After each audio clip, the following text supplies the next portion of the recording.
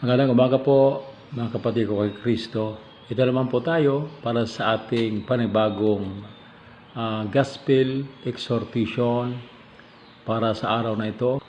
Ito po ay ayon kay San Lucas, Kabanata 19, verses 41 to 44. Una po, unawain natin na mahal ng Diyos ang Jerusalem. Kasi ang mga tao sa Jerusalem, mga Hudyo, bahagi sila ng mga Israelita na minahal ng Diyos mula sa kanyang pangako kay Abraham, kay Isaac at kay Jacob, at sasamahan ng Diyos habang ito ay patuloy na namumuhay bilang mga angkan ni Abraham. Hinihintay nila ang pagdating ng Mesiyas. Subalit dumating na ang Mesiyas. Tinanggihan nila. Kaya sabi ng Panginoon, sayang, kaya nga ako pumunta sa mundo, nagkatawang tao ako para lang sa iyo, Jerusalem, para lamang may tuwid ang inyong mga pagkakamali, para lamang hanguin kayo sa putik ng kasalanan, upang kayo po ay maligtas. Kaya pumunta ang Panginoong Jesucristo sa lupa, upang hanapin ang nawawalang tupa ng Israel. Ang mga naliligaw ng landas ay babalik sa tamang landas tungo sa Diyos, tungo sa buhay na walang hanggan. Maraming kababalaghan, maraming pangitain, maraming mga sa loob ng napakahabang panahon, 33 years si Jesus. Mula sa pasimula ay hindi na pangkaraniwan ang kanyang buhay na kinalakihan. 3 years siya nag-aral ng gamot, umikot na kung saan-saan. Nagpakilala siya kung paanong maghari ang Diyos, kung paanong ayusin ang pag-iisip ng mga tao at pangunawa nila tungkol sa mga batas na nilagay ni Moses sa kanila. Pero sarado pa rin ang isip. Sarado pa rin ang kanilang puso. Sarado pa rin ang kanilang pananampalataya. Kaya para bang may kaunting pagsisisi ang Panginoong Jesucristo kung bakit na pumunta siya para sa kanyang misyon. Tanging misyon, iligtas ang bayan ng Israel. At dahil nga siya ay pabalik na sa Ama, papunta na sa Israel, sa Jerusalem, para magdanas ng hirap hanggang kamatayan. Patapos na ang kanyang misyon sa lupa. Pero bigo siya, nabuksan ng puso, damdamin at pag-isip ng mga Israelite. Kaya umiyak siya. Yung problema, may propesiya siya. Dahil sa tinanggihan nila ang pagbaba ng Diyos at pagsama sa kanila sa loob ng 33 years ng buhay ng Panginoon Jesucristo. Gigibain ang lungsod. Uubusin lahat ng langat ng tao na nakatira doon sa Jerusalem. Isipin mo, wala ni isa mang bato na nakapatong sa kapwa bato na ititira ng kalaban. Isipin mo mula noon hanggang ngayon, yun po ang nangyari sa Israel. Palibot ng kanyang bayan ay ang bayan ng iba't ibang Muslim countries. Lahat nagdanais na sana wala na Israel. Na sana ang Israel ay mawala sa mapa. Lahat ito sila. Kasi hanggang ngayon, ilan pa rin sa kanila ang natutong tumanggap sa pagparito ng anak ng tao, ng anak ng Diyos na si Jesucristo.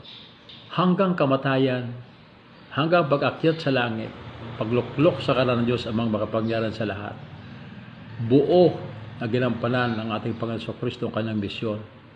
Ulitin ko hanapin ang mga nawawalang tupa ng Israel. Ituwid ang kanilang pangunawa sa mga batas na binigay ni Moses sa kanila. Pangunawa tungkol sa totoong diwa ni Yahweh kung bakit ibinigay nila yung mga batas na yon. Ibinigay ni Moses para sa mga tao. Ganun po ang nangyari. Pero sa isang banda, ang sabi nga po ni San Pablo, may biyaya tayo na mga hintil na ituring nila noong araw. Kasi nung mabigo ang Diyos, natanggapin ang mga aral at paghahari ng Diyos sa kanilang bayan, gumawa ang Diyos ng paraan na maranasan natin ang kaligtasan. Tayo na hindi piniling bayan ng Diyos. Hintil tayo sa pamagitan po ni San Pablo. Di ba si San Pablo ay ginawa ng Diyos na vessel, sasakyan patungo sa mga hintil, sa mga hari, sa mga grupo at angkan na hindi kasama sa mga angkang tinanggap ng Diyos bilang sarili niyang bayan. So, tulad sa atin sa Pilipinas, salamat at hindi tinanggap ng Israelites si Kristo. Dahil yun ang dahilan kung bakit nakinabang tayo sa mga biyaya na dapat sana nakalaan lamang sa kanyang bayan. Alala ninyo sa isang pagkakataon sa Biblia na sinabi, mayroon isang Samaritana na consider din na hintil, humihingi ng tulong sa Panginoong Kristo. Ang sabi ng Panginoong Kristo, yung kanyang mga biyaya ay para lamang sa mga anak ng Israel. Ang mga pagkain ay para lamang sa anak ni Israel. So, sa bayan ng Diyos, lamang. Pero nasabi ng babae, upo, naniniwala po ako noon. Pero kahit mumuman lang na malaglag mula sa hapagkainan ng inyong bayan, okay na po sa amin.